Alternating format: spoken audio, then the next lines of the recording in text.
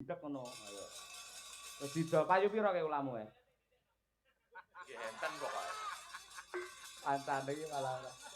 Ayo syukur nggih. Mesti larang dhek iki seneng. Lah awak ula jan blas aku wis. Ro ula mancik meja aku. Ayo nggih. Ayo. Yo diaturake coba Roro Jonggrang. Nggih ramen ya? Enggak, Pak, enggak usah. Andi TB, ayo. Nggih. Monggo lanjut kemawon. Yo Roro Jonggrang pamundhut saking Pak Suprayitno Guru. Yo.